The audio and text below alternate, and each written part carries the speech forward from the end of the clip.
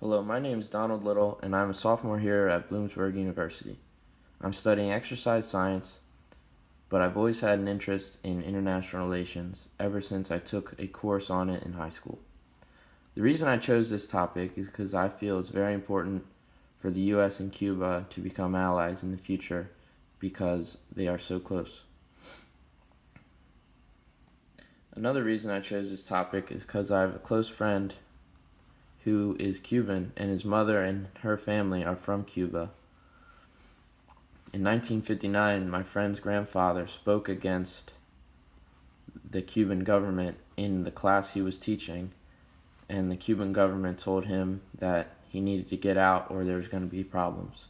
So he took him and his family here to the US. It all starts back in the early 19th century when Thomas Jefferson offered to purchase Cuba from Spain, but Spain refused.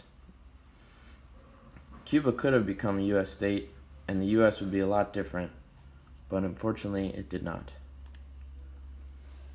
In 1898, the U.S. declared war on Spain due to their brutal tyranny over Cuba and the Americans' empathy towards Cuban rebels, which was broadcast throughout the U.S. In the same year, the U.S. defeated Spain, and Spain surrendered its rights to Cuba to the U.S. 4 years later, Cuba became independent. However, the Platt Amendment of 1902 kept Cuba under U.S. protection. The U.S. supervised elections, halted rebels, and eased protesters. During the 32 years the Platt Amendment was in role.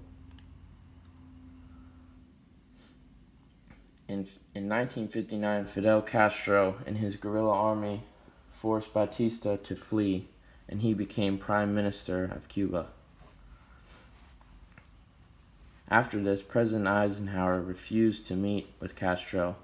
However, Vice President Nixon met with Castro to try to push him in the right direction. However, Castro was there to stay.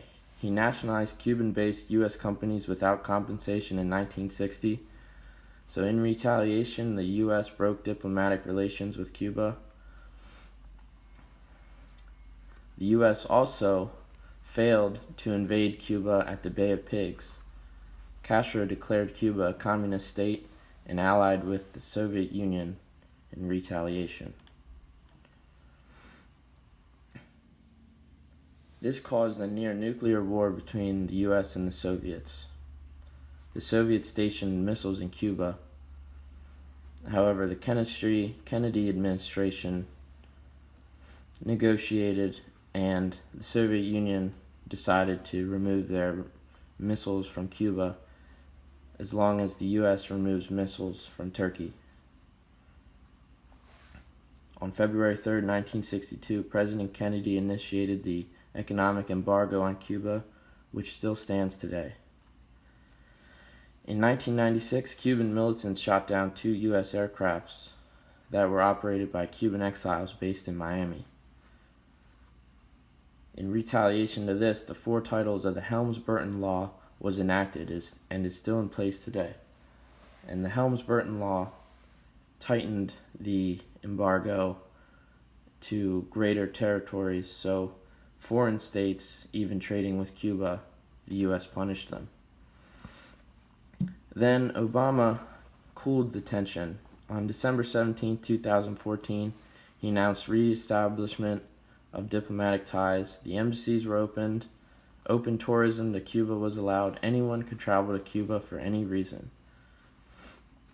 And in 2016, on March 21st, President Obama met with President Raul Castro in Havana, becoming the first active president since 1928 to visit Cuba, and that was Calvin Coolidge. Once Trump was in office, he decided to reverse some of Obama's laws. He closed open tourism to Cuba.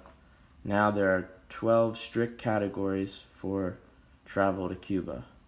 No American may spend money at or do business with any Cuban location that has ties to the Cuban government, and that is a lot of businesses are run by the Cuban government.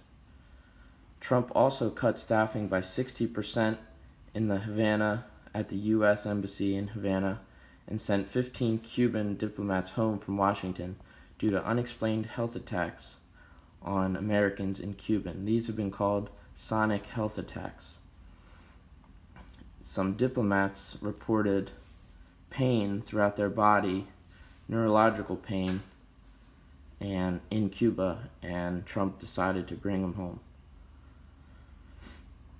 And most recently, neither Trump nor Raul Castro attended this April's Summit of the Americas in Peru. Instead, Mike Pence attended the Summit of Americas. And while he was there, he decided to denounce the Cuban government.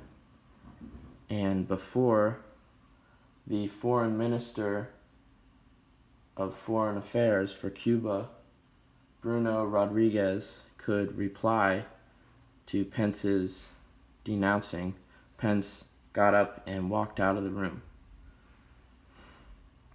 So, the moral of my research is that the U.S. wants Cuba to adopt democracy or anything but communism, and Cuba wants the U.S. to drop the embargo, and neither will do either of those until the other does what they want.